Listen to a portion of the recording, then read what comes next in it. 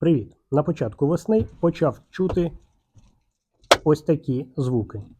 А це значить, що втулки обмежувача дверей перестали виконувати свої функції.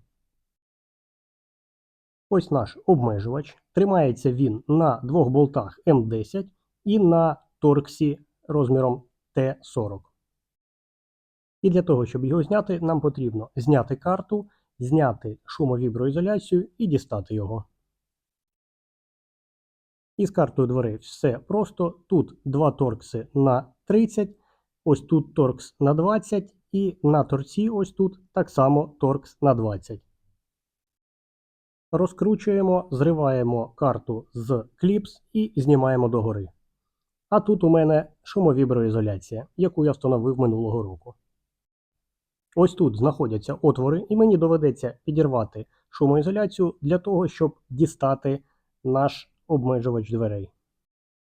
А тому, якщо думаєш зробити шумовіброізоляцію, обов'язково поміняй втулки, а потім вже роби шумку. Викручуємо два болти на 10, викручуються вони легко, ніяких проблем з ними немає. І далі можемо зняти резиновий ущільнювач. Тримається він за рахунок своєї форми. Там є спеціальні пази. А далі залишився ось цей гвинт на Т40. І з ним виникли проблеми. Принаймні в мене. Викрутити я його зміг тільки ударним шурупокрутом, і то не з першого разу. А кутовий торкс, який продається комплектом різних розмірів, я погнув. А все через цей синій фіксатор різьби. Добре, хоч не червоний. Ось так, трохи по-варварськи мені довелося підірвати шумоізоляцію. Але іншого виходу я не мав. Далі просто наклею ще один шар зверху.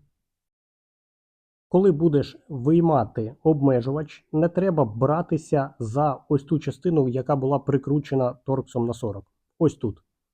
Тому що там в мене було дуже багато металевої стружки, і я загнав собі в пальці дуже багато неприємних речей. Подаєш його всередину, ну а далі просто рукою намацуєш його всередині карти дверей. Точніше, навіть не карти, а всередині самих дверей.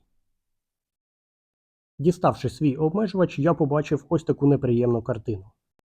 По-перше, втулки мали досить суттєву вироботку, а по-друге, вони були в якомусь мастилі, незрозуміло в чому, в бруді, і все це виглядало просто жахливо. Втулки мають бути рівні і втулки мають бути сухі, тобто там не має бути ніякої змазки. А в мене, як бачиш, вона є. Єдине, що можна змазати, це ось цю пружину для того, щоб вона краще працювала. Для того, щоб дістати втулки, потрібно розігнути обмежувач і дістати палець, на якому знаходиться одна з втулок. Далі втулка номер 2. Для того, щоб її дістати, потрібно вивернути направляючу, на якій вона знаходиться, і вибити палець, який її тримає. Розібраний обмежувач. Оце мої старі втулки, просто жахливий стан, як ззовні, так і зсередини. А це мої нові. Я вирішив взяти з композиту. Це може бути поліамід, нейлон, там багато різних матеріалів. Є сталеві, є латунні. Чому я не взяв металеві? Тому що металеві можуть пошкодити оцей шток. І тоді тобі доведеться міняти повністю весь обмежувач. Якщо ж в тебе втулки з композиту, то максимум, що тобі доведеться замінити, це тільки самі втулки, а не сам шток. Але це тільки моя думка. Нові втулки на місці. Як я вже казав, ніякої змазки тут не повинно бути. Максимум, що я змажу, це ось цю пружину, яка повертає втулку назад на місце. І все. До речі, саме через змазку вони можуть почати видавати різні звуки.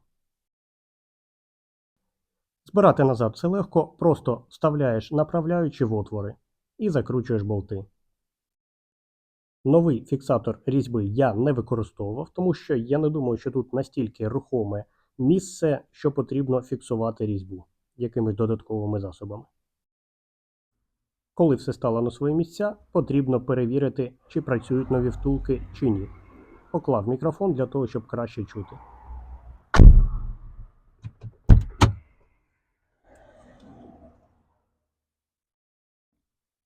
Краса, ніяких зайвих звуків. На одні дверцята я витратив близько 40 хвилин, маючи весь інструмент під рукою. Ну і рекомендую взяти кілька отаких кліпс, на яких тримається карта дверей. Вони легко ламаються, а карта без неї тарабанить. І не став шумоізоляцію до заміни втулок. Дякую за перегляд.